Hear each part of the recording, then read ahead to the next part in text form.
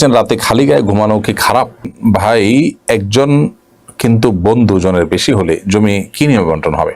বর্তমান সময় বিভিন্ন বক্তা পরস্পর বিরোধী বক্তব্য রাখছেন একই বিষয়, এক্ষেত্রে কার কথা বিশ্বাস করব? লিখেছেন মৃত ব্যক্তিকে দেখলে কি শরীর নাপাক হয়ে যায়, তখন কি গোসল করা জরুরি? নফসকে নিয়ন্ত্রণ কি করে করতে হয় জানাবেন? বিয়ের জন্য কি দোয়া করব? চলুন সরাসরি আমরা প্রশ্নোত্তরে প্রবেশ করি।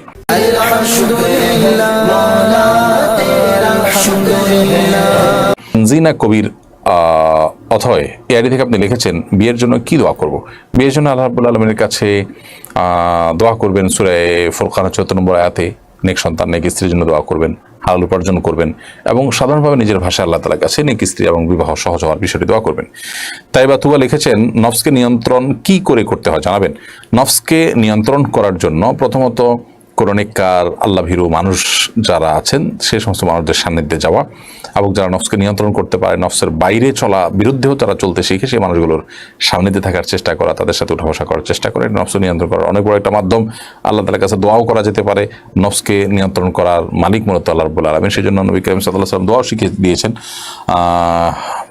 ওয়ালা তাকিলনি ইলা নাফসি তারফাতা আইন, আল্লাহুম্মা আতি নাফসি তাকওয়াহা ওয়া যাক্কিহা ওয়া আনতা খায়রু মান যাক্কাহা। আল্লাহ আপনি আমার মনকে পরিশুদ্ধ করে দিন, পবিত্র করে দিন, আমার আত্মশুদ্ধি করে দিন এবং আপনি সর্বোত্তম পরিশুদ্ধকারী অন্তরকে। এবং আল্লাহ তাআলার কাছে এই দোয়া করা যে আল্লাহ আপনি আমার আমাকে আমার প্রবৃত্তির কাছে আপনি এক মুহূর্তের জন্য ছেড়ে দিয়েন না, অর্থাৎ আমাকে আপনি নিয়ন্ত্রণ যাতে আমি প্রবৃত্তির গোলামি না করি। তো এই দোয়াগুলো আল্লাহ তাআলার কাছে সাধারণভাবে আপনি করতে পারেন। জালালউদ্দিন লিখেছেন রাতে খালি গায়ে ঘুমানো কি খারাপ? শরঈ দৃষ্টিকোণ থেকে খালি গায়ে বা আপনার গায়ে কিছু দিয়ে ঘুমানোর পর আলাদা কোনো নির্দেশনা নেই। এটা আপনি চাইলে খালি গায়ে ঘুমাতে পারেন, চাইলে গায়ে কিছু দিয়ে ঘুমাতে পারেন, এটা একান্ত আপনার উপর। তবে স্বাস্থ্যগত দিক অবশ্যই খেয়াল রাখতে হবে। খালি গায়ে শোয়ার পরে আমাদের অসুস্থ হওয়ার আশঙ্কা থাকে কিনা, ঠান্ডা লাগার আশঙ্কা থাকে কিনা, অথবা অন্য কোনো আশঙ্কা থাকে কিনা সেগুলো খেয়াল করতে পারে। বাকি আপনি খালি দিকে ঘুমানো এটা মুবাহ, জায়েজ। হাফেজ এমডি মুজাহিদুল ইসলাম লিখেছেন মৃত ব্যক্তিকে দেখলে কি শরীর নাপাক হয়ে যায়, তখন কি গোসল করা জরুরি? না, মৃত ব্যক্তিকে দেখলে শরীর নাপাক হয় না। তবে হ্যাঁ, মৃত ব্যক্তির দাফনে কাফনে শরীক হলে তখন গোসল করে বাসায় প্রবেশ করার কথা হাদিসে বলা আছে। অর্থাৎ আপনি দাফন কাফনের শরীক যদি হয়ে থাকেন তাহলে এই উপলক্ষে আপনি এটা গোসল করবেন, সেটা করা উত্তম এবং ভালো কাজ, কিন্তু সেটা ওয়াজিব পর্যায়ের না করলে গুনাহ হবে, বাট সেরকম না, করা সওয়াবের কাজ। আর মৃত ব্যক্তিকে দেখলেই গোসল করতে হবে সেরকম কোনো কথা কোনো হাদিসে নেই। কেএম সামি আপনি লিখেছেন বর্তমান সময় বিভিন্ন বক্তা পরস্পর বিরোধী বক্তব্য রাখছেন একই বিষয়, এক্ষেত্রে কার কথা বিশ্বাস করব?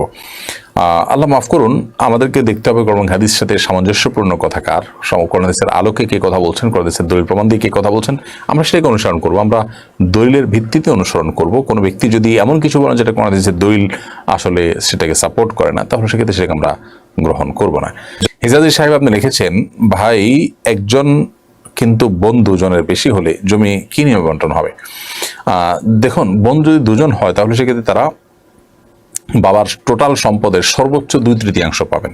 যদি এক ভাই 2 বোন হন তাহলে সেক্ষেত্রে সম্পদ বন্টন হবে আপনার 4 ভাগ, তার 2 ভাগ পাবেন ভাই, আর বাকি যে 2 ভাগ পাবেন সেটা বোনরা 1 ভাগ করে পাবেন। আর আপনার যদি অন্য কোনো ওয়ারিস থাকেন তাহলে সেক্ষেত্রে ভাগের আপনার অঙ্ক ভিন্নভাবে হবে। বাট একটা মৌলিক কথা আমরা জেনে রাখি, আল্লাহ তাআলা কোরআনে জানিয়েছেন যদি কোনো মৃত ব্যক্তি একজন কন্যা সন্তান রেখে যান তাহলে তিনি সর্বোচ্চ অর্ধেক পাবেন মৃত ব্যক্তির সম্পদের। আর যদি 2 বা ততোধিক সন্তান রেখে যান তাহলে সেক্ষেত্রে তারা টোটাল সম্পদের 3 ভাগের 2 ভাগ পর্যন্ত পাবেন, বাকি 1 ভাগ অন্য ওয়ারিসরা বা অন্য যারা আছেন তারা পাবেন।